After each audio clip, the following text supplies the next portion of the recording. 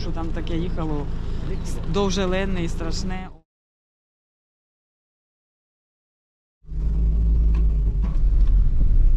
Ну і бомбьошки ж. Такі, що ходили, нормально розмовляли, а були такі, що під ноги стріляли, мені під ноги стріляли з автоматів. Може вони так розважалися, може не хотіли, щоб люди ходили. Просто витягували людей. Бо BBC приїжджало, знімало про школу, як людей живим щитом вели.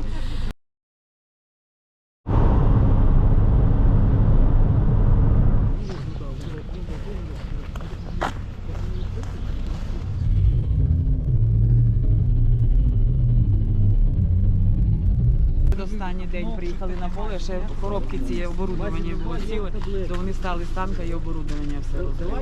Було дуже страшно. Саме перше було дуже страшно, тому що ми сиділи взагалі без будь-якої інформації, ми не знали, чого від них чекати. Перший день на вечір пішли колони, але пішли тільки по трасі. Так вони не заїжджали.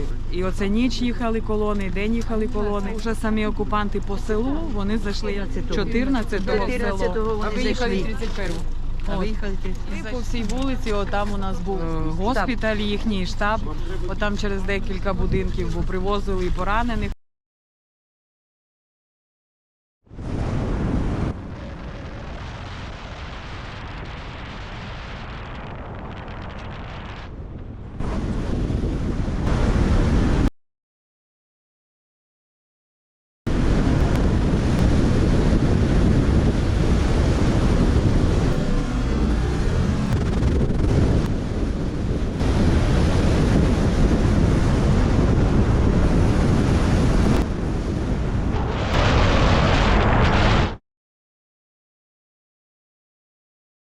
Наче не чіплялися до нас, приїхали, кричали, що вони освободителі, що вони нас захищають. Лена, розкажи, як нас...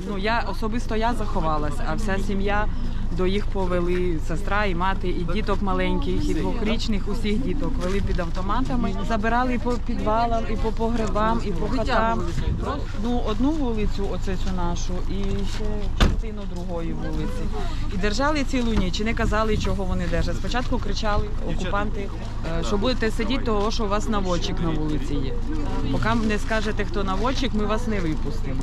Давали пити їсти, дітям вони позносили кроваті з дитячого саду, одіялка, а дуже великий мороз був, і всі ж в спортзалі сиділи, там вже дуже високі потолки, і це були обстріли весь цей час. Воно все сипалось, дуже страшно. А так, сказали, поїдете на Білорусь. Да, хотіли на Білорусі, але люди почали кричати, почали плакати, і вони наче сказали, що це добровільно. Ні, не повезли, нікого не повезли, ніхто не згодився. У мене розбомбили хліва в домі. І вилетіли вікна, і двері, і все, і ночувати не можна було. Я ходила до матері ночувати. Обшукували, телефони перевіряли. У мене був вже розряджений повністю, то добре, що не забрали. Була така ніч, мама нарахувала 130 за ніч вистрілів, а потім, каже, збилася. Отака була ніч, що не проходило 5 хвилин, коли вони гатили. І коли йшла колона на другий чи на третій день ходу їзди своєї, вони почали кругом обстрілювати. І декілька будинків загорілося тоді в той час. Вони нікого наче з людей не вбили. Я не чула особисто, щоб когось убили. Будинків декілька згоріло, бо вони зажигательними сказали потім, що стріляли, і потушити було дуже важко. Видно, боялися, щоб ніхто не висунувся чи не дивився. Оце якби зв'язок з'явився. Було б дуже добре. В нас же і волонтери приїжджають, і продукти привозять. Нам же треба зв'язок.